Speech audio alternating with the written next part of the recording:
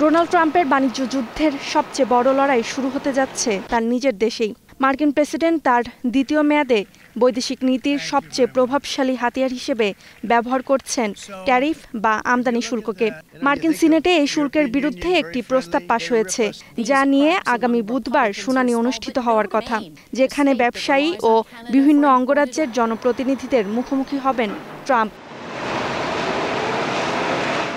যুদ্ধবিরতি থেকে শুরু করে সীমান্ত নিয়ন্ত্রণ, রাজনৈতিক প্রতিশোধ, সব ক্ষেত্রেই ট্রাম্প শুল্ককে চাপ প্রয়োগের উপায় হিসেবে দেখেছেন।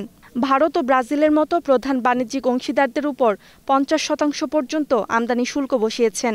২০২৫ সালের মাঝামাঝিতে চীনের উপর সেই হার ১৪৫% পর্যন্ত বাড়িয়ে দেন।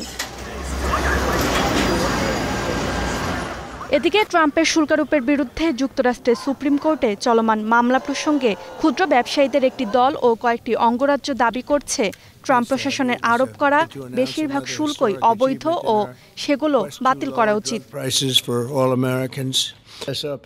যদি আদালত তাদের সঙ্গে একমত হয়, তবে ট্রাম্পের গোটা বাণিজ্য কৌশল ভেঙে পড়বে। যদিও চূড়ান্ত রায় পেতে কয়েক মাস সময় লাগতে পারে। বিচারপতিদের দুই পক্ষের যুক্তি বিশ্লেষণের পরে ভোটে সিদ্ধান্ত নেবেন সিনেটররা।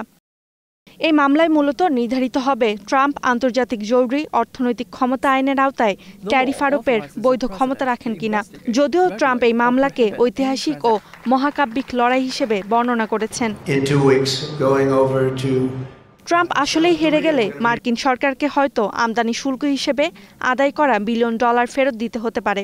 ২৩ সেপ্টেম্বর পর্যন্ত মার্কিন মূলকে ব্যবসা পরিচালনাকারী ব্যবসাগুলো আন্তর্জাতিক জরুরি অর্থনৈতিক ক্ষমতা আইনের ট্যারিফ বাবদ প্রায় ৯০ বিলিয়ন ডলার পরিশোধ করেছে, যা ২০২৫ অর্থবছরে আদায় করা মোট ট্যারিফ থেকে পাওয়া রাজস্বের অর্ধেকেরও বেশি।